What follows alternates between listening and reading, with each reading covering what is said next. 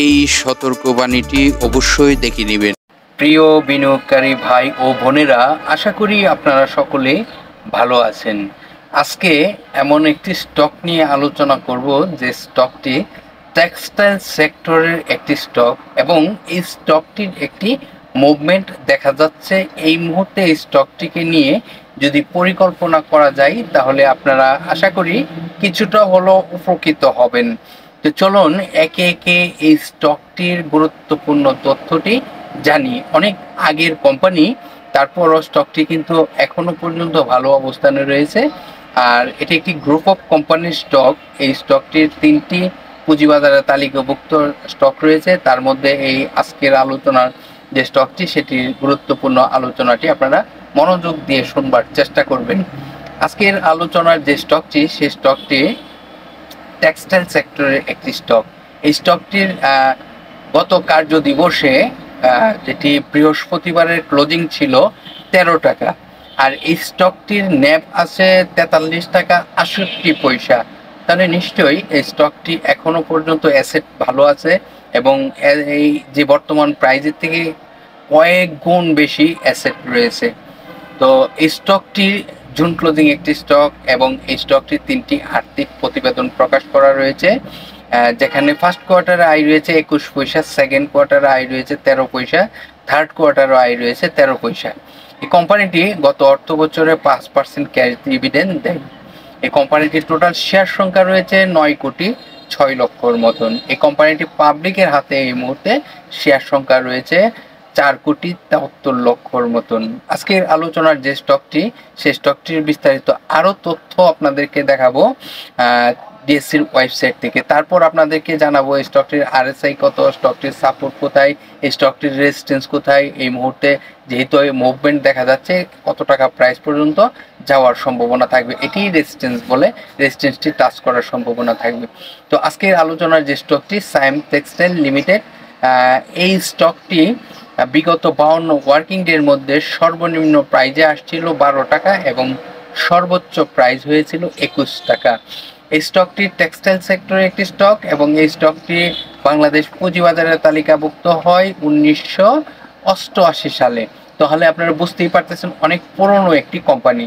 আর এই কোম্পানিটি বি ক্যাটাগরিতে লেনদেন চলিতেছে। আপনারা সকলেই অবগত রয়েছেন গত অর্থ বছরে এই স্টকটি 5% ক্যাশ ডিভিডেন্ড দেয়, সেই জন্য বি ক্যাটাগরিতে রয়েছে। এই কোম্পানিটি আপনারা যদি ডিভিডেন্ড হিস্ট্রিটি দেখেন তাহলে দেখতেই পারতেছেন স্টক ডিভিডেন্ড এবং ক্যাশ ডিভিডেন্ড দিয়ে থাকে। আর এই স্টকটি যদি আমরা শর্ট টাইম এবং লং টাইমের লোন দেখি তাহলে দেখতেই পারতেছি শর্ট টাইমের জন্য লোন রয়েছে কিন্তু লং টাইমের জন্য কোনো লোন নেই। এটি মোটামুটি ভালো একটি অবস্থান। আর এটি সাইম টেক্সটাইল কোম্পানিটির একটি ওয়েবসাইট লিঙ্ক রয়েছে, যেখানে ক্লিক করে আপনারা জেনে আসতে পারেন নোটিশ বোর্ড থেকে আপডেট অনেক তথ্য। আশা করি প্রতিটি স্টকেরই কিন্তু সেম ক্যাটাগরি এবং প্রতিটি স্টকের যে ওয়েবসাইট রয়েছে সেই ওয়েবসাইট থেকে আপনারা নোটিশ বোর্ড থেকেও কিন্তু অনেক তথ্য সংগ্রহ করতে পারবেন। আর ওয়েবসাইট থেকে কিন্তু আপনারা বুঝতে পারেন যে এই পণ্যটি কি পণ্য বাজারজাত হয়ে থাকে, সেটিও কিন্তু আপনাদের জানা প্রয়োজন। আজকের আলোচনার যে স্টকটি সাইম টেক্সটাইল, এই সাইম টেক্সটাইলের আরএসআই কত দেখুন, আপনারা সকলেই অবগত রয়েছেন 30 থেকে 70 আরএসআই, স্ট্যান্ডার্ড আরএসআই। আর এই মুহূর্তে সাইম টেক্সটাইল স্টকটির আরএসআই রয়েছে 56.27। তবে এখনো পর্যন্ত স্টকটি প্রফিট দেওয়ার মতন অবস্থান তৈরি হয়ে রয়েছে। তো এই স্টকটি নিয়ে আপনারা এখন পরিকল্পনা করতে পারেন। আর এই স্টকটি যদি আমি আপনাদেরকে সাপোর্ট বলি, দেখুন এই স্টকটি আপনারা সকলে অবগত রয়েছেন 13 টাকাতে ক্লোজিং হয়েছে। আর এই স্টকটির সাপোর্ট হলো 12 টাকা 50 পয়সা। যদি কোনো কারণবশত স্টকটি ডাউন টেনে আসে 12 টাকা 50 পয়সা হলো সাপোর্ট। এখন কথা হলো এই স্টকটি এখান থেকে যেহেতু একটা মুভমেন্ট দেখা যাচ্ছে, আর টেক্সটাইল সেক্টরেও কিন্তু একটি মুভমেন্ট আপনারা দেখতে পারতেছেন। তো এখন এই স্টকটির রেজিস্ট্যান্স কোথায় সেই বিষয়ে আমরা আলোচনা করি।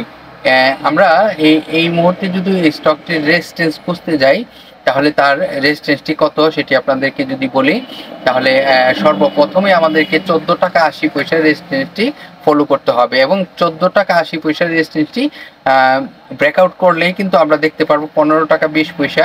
এইভাবেই কিন্তু এই স্টকটি ভালো করার অবস্থান তৈরি হবে। তবে অবশ্যই 14 টাকা 80 পয়সার রেজিস্ট্যান্সটিকে ব্রেকআউট করতে হবে, তারপর কিন্তু নতুন প্রাইস আমরা দেখতে পারবো এবং নতুন কিছু তথ্য আমরা আরো সংগ্রহ করতে পারবো।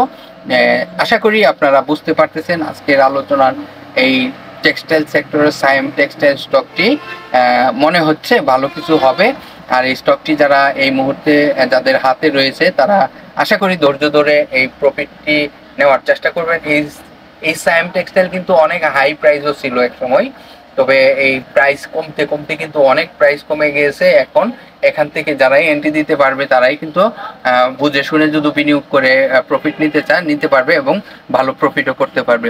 আজকে যে তথ্যগুলো আপনাদেরকে জানানোর চেষ্টা করলাম টেক্সটাইল সেক্টরের সাইম টেক্সটাইলের, আশা করি আপনারা বুঝতে পারছেন এবং আপনারা বিভিন্ন সোশ্যাল মিডিয়া প্ল্যাটফর্ম শেয়ার গ্রুপে যুক্ত রয়েছেন, শেয়ার করে অন্যদেরকেও শুনবার সুযোগ করে দিতে পারেন। তো ভালো থাকেন, সুস্থ থাকেন। আজকের মতো এখানেই বিদায় নিচ্ছি, আগামীকাল আবার আলোচনা হবে। ততক্ষণ পর্যন্ত সকলে সুস্থ থাকেন।